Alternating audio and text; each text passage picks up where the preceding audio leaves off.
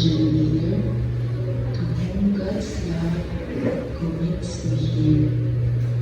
Ever this day be at my side, to love and guard, to rule and guide. Amen.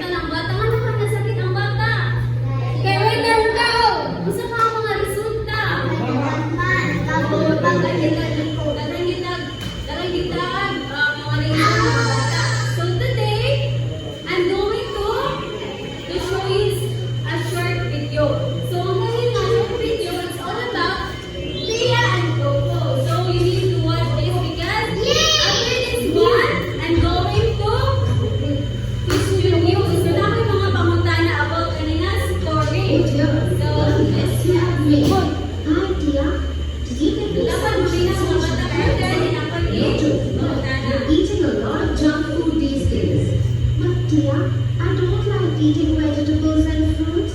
I love eating pizzas, burgers, fries, chips, cakes. I cook such healthy food for you every day. But look at you, eating junk food all the time. It's so harmful for the body and your health. Yeah. Tofu, clean this mess and complete your homework.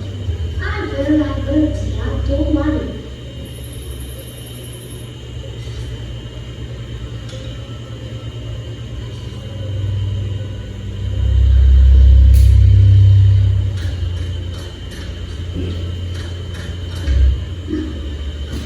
Tofu, is everything alright? No, dear. My stomach hurts so much. I feel sick. Oh, Tofu, I told you not to eat all that junk food that you've been eating since so many days. I'm sorry, dear. But what should I do now? Don't be sorry to me. Be sorry to yourself that you're not treating your body well. But dear, but how would I felt sick because of food? You were eating unhealthy food. You haven't even been playing outside these days. Good food and exercise are so important for your body. Remember, what you eat is what you become. What does that mean, dear? Healthy eating habits. Once upon a time, there lived two siblings who loved eating junk food every day.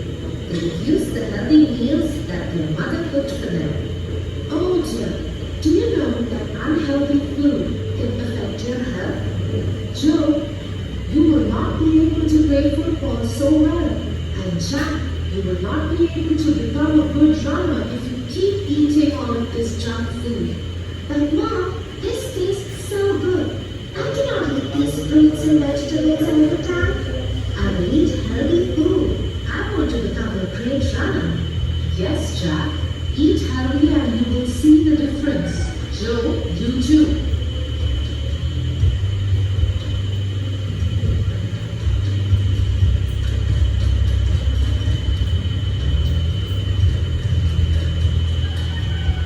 Joe, come here. I'm sorry, but I cannot have you on the team. You are not able to play like others. But coach, I want to be on the team. I'm sorry, Joe. You can try next time.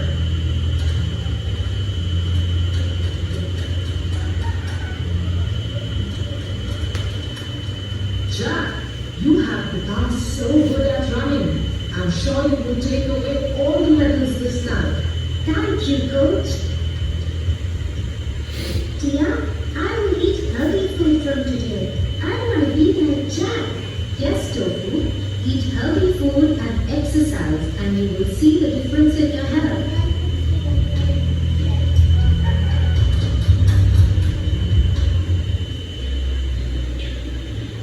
For your favorite crimes, stories, and more, join Ano din nakita mga bata doon nga? Si Tofu and si Tia no nga, as we see in the video that we watched earlier, nga, sige kaon si Tofu o mga unhealthy foods. So now, I have here some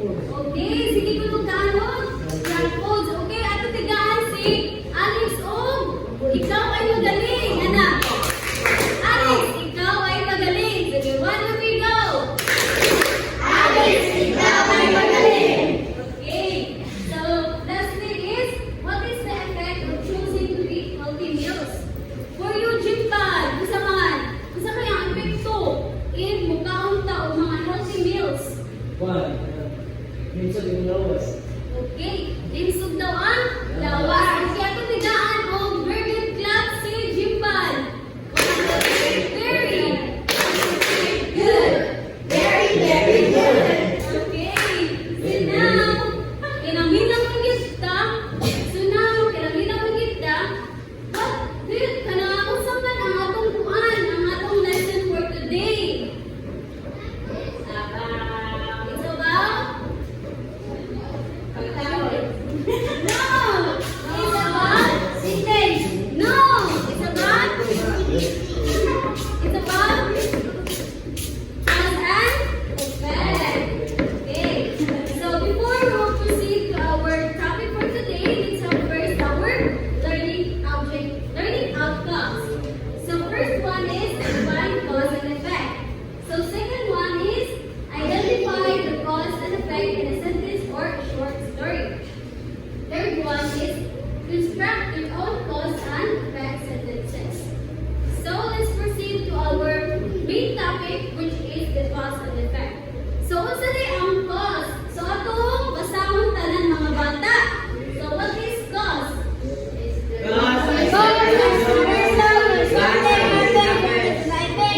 So ang ganitong cause mga bata is the reason why something happens. So, ganaan, nakasabot na ba mo sa ang cause? Sabutra! Sabutra? Reason! So now, let's proceed to what is the effect. Okay, let's read together. Okay, so for example, wala ka likaong karon, wala siya ang cause. Unsa kay ang effect, anak? Masakit or magluya or gutomon. Okay, so now, let's know the example of cause and effect. So here, sa pagbasaw ng mga bata, sa cause kay Nabuhay product results. and the effect, He felt hungry during class. so second one, Maria studied her lesson. ang effect, She got a high score on the test. so let's see that. I ate too much mango. Then ang effect ay, I got a stomach ache. okay, so that's all. So muna siya ang example sa cause and effect. So karon, I want you to group yourself into two groups. So this will be the one the group 1 and this will be the one the group 2. Okay, so form na mo mag circles. Small circle.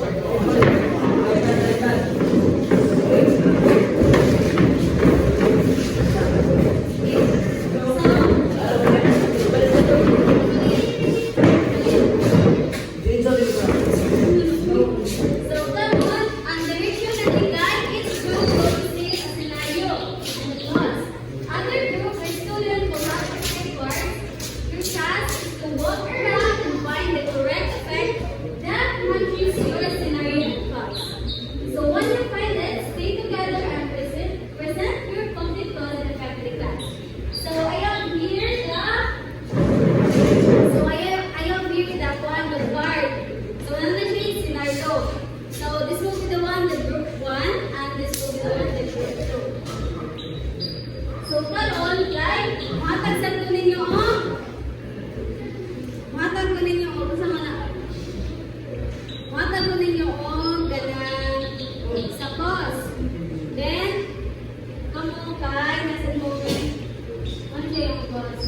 Na dapat usa ninyo kapan ha para pakita ninyo ang effect. So ano yung effect?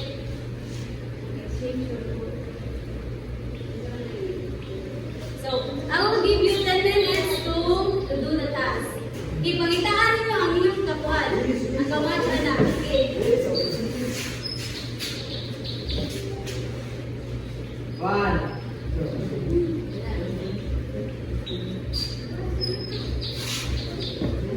Okay? Dala ba mga bata?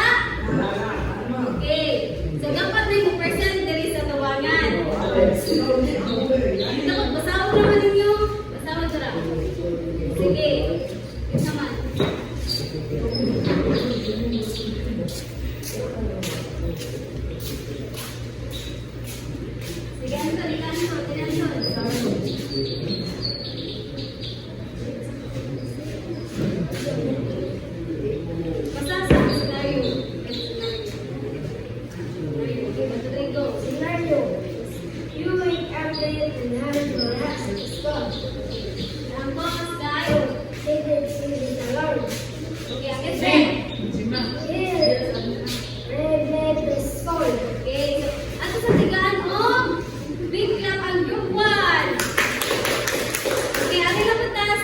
group 2. At, sige, basahan sa ang scenario.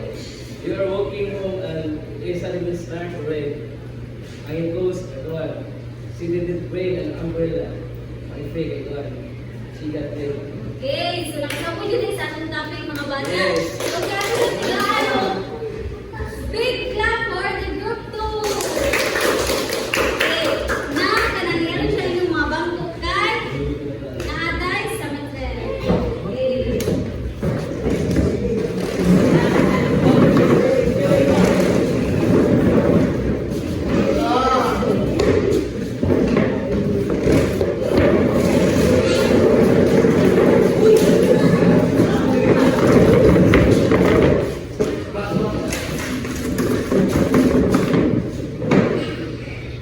So, why is it important to understand cause and effect? Kung sa tingin importante, anong maibawan na to ang cause and effect?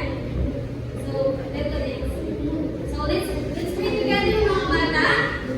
Cause and effect help us connect ideas and understand events. It teaches us that every action has a result, and this helps us learn from experiences, understand what we and explain this clearly to others. So, dapat yun may bawa na ito ang isang atong magbuhaton para ang ngayon sa dang effect ang mga bata. So, nakasabot ako mga bata? Yes, ma'am! Okay, so now I want you to get your English notebook, then answer directly. I will give you 5 minutes to do the task. Okay man ako mga bata? Mana? Okay, si Mana. Okay. Okay, let's check if your answer is correct. So, ito next. Okay, sakto ba yung answer sa number 1? Okay, so number 2. Sakto. Okay, let's read step together. Number 2. Every soul is safe inside. Okay, so number 3. So, saan po kayo nag-retain mga bata? Okay. So, number 4. Saan po yung number 4? Okay, she was late because she missed the bus. So, ang iyang cause, guys, she missed the bus. Ang iyang effect, she was late. So, number 5. Saan po yung number 5? Yes, ma'am. Yes, ma'am. Okay. Who got that number 10? So, si Alex lang ay tanan. Okay, so, ato sa tigaan na natin pagaling mo, Papa! So, now, I want you to get your assignment notebook, then copy the direction and also your task. Ma'am. Okay, done.